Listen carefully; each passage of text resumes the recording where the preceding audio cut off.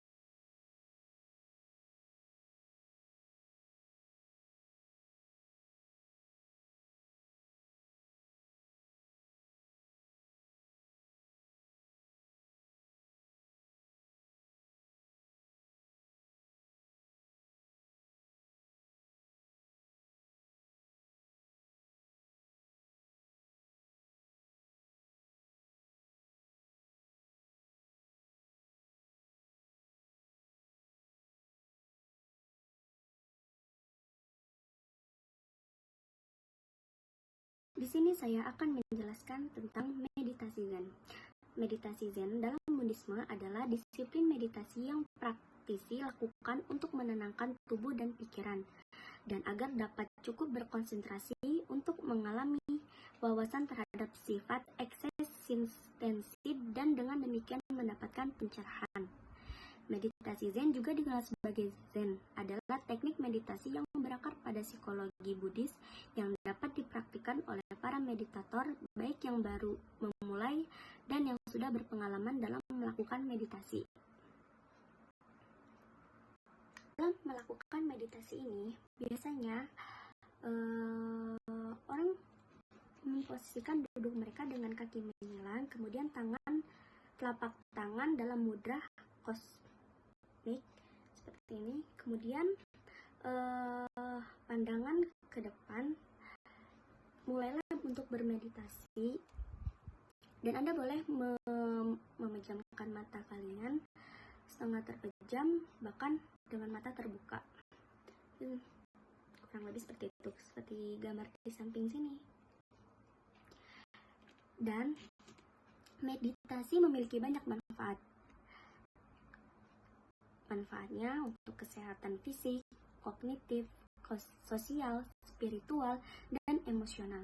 Selain itu, tentu saja meditasi dapat menjadi pereda stres yang sangat. Assalamualaikum warahmatullahi wabarakatuh. Perkenalkan, nama saya Aulia Aprianti, NPM 1931080273. Saya akan menjelaskan materi mengenai garis besar ajaran Zen. Aliran Zen menyadari keterbatasan bahasa dan akal manusia, sehingga aliran ini mencurahkan perhatian pokoknya untuk mencari cara mengatasi keterbatasan tersebut.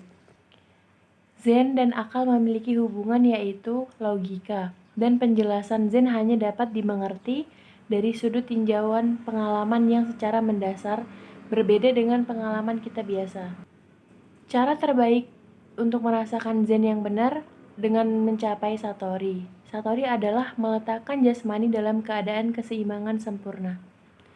Aliran Zen ini berpendirian bahwa Buddha itu hidup memendam dalam diri manusia dan dalam renungan di dalam samadhi. Maka kepribadian Buddha itu dapat dilihat. Aliran Zen mengutamakan pendekatan secara intuitif bagi kesadaran tertinggi, dan titik berat ajaran ini lebih mengutamakan disiplin. Kemudian materi selanjutnya mengenai konsep Satori dalam Zen. Dalam Zen Buddhisme, dikenal istilah Satori yang dianggap sebagai esensi Zen. Dan dalam pengertian Jepang, Satori ini dipahami sebagai ajaran tentang pencerahan atau penerangan. Satori dalam Zen sering dianggap unik dan aneh. Pengalaman mencapai pencerahan dipercaya sebagai hal yang tidak dapat diterangkan dan diungkapkan oleh kata-kata belaka. Manusia yang mengalami Satori setelah melakukan latihan Zen hanya bisa mengalami suatu perubahan dalam dirinya. Ia memandang dunia dan sekelilingnya dengan lapang apa adanya dan merasa dirinya dilahirkan kembali dengan pribadi baru. Mencapai Satori bagi penganut Zen merupakan tujuan sekaligus awal dimulainya pengalaman Zen. Tujuan pencerahan merupakan proses yang panjang dan tidak akan berakhir. Semakin banyak ia mendapatkan Satori atau pencerahan, semakin ia harus banyak mengulang, semakin jelas pemahaman, semakin banyak yang harus dipelajari.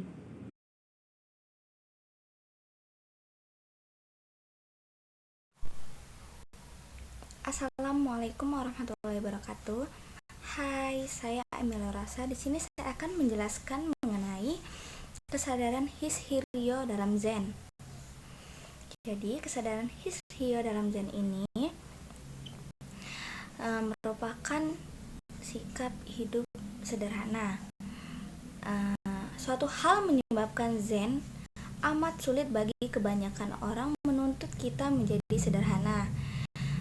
Kesadaran Hishiryo ini memandang suatu kehidupan dalam kesadaran yang seharusnya normal-normal dan biasa saja. Kesadaran Hishiryo ini akan mengarahkan kita untuk mencari harmoni dengan yang ada di sekitar kita, seperti alam, makhluk hidup, seperti alam, makhluk lain, dan terutama diri sendiri. Kesadaran ini membebaskan kita dari segala sesuatu mengacu pada aku, pada diriku, tetapi membawa kita ke suatu wawasan yang jauh lebih luas pada akhirnya dengan ketekunan dan kesadaran. Jadi kesadaran Hishiryo ini mengajarkan kita untuk menjalankan hidup dengan kesederhanaan.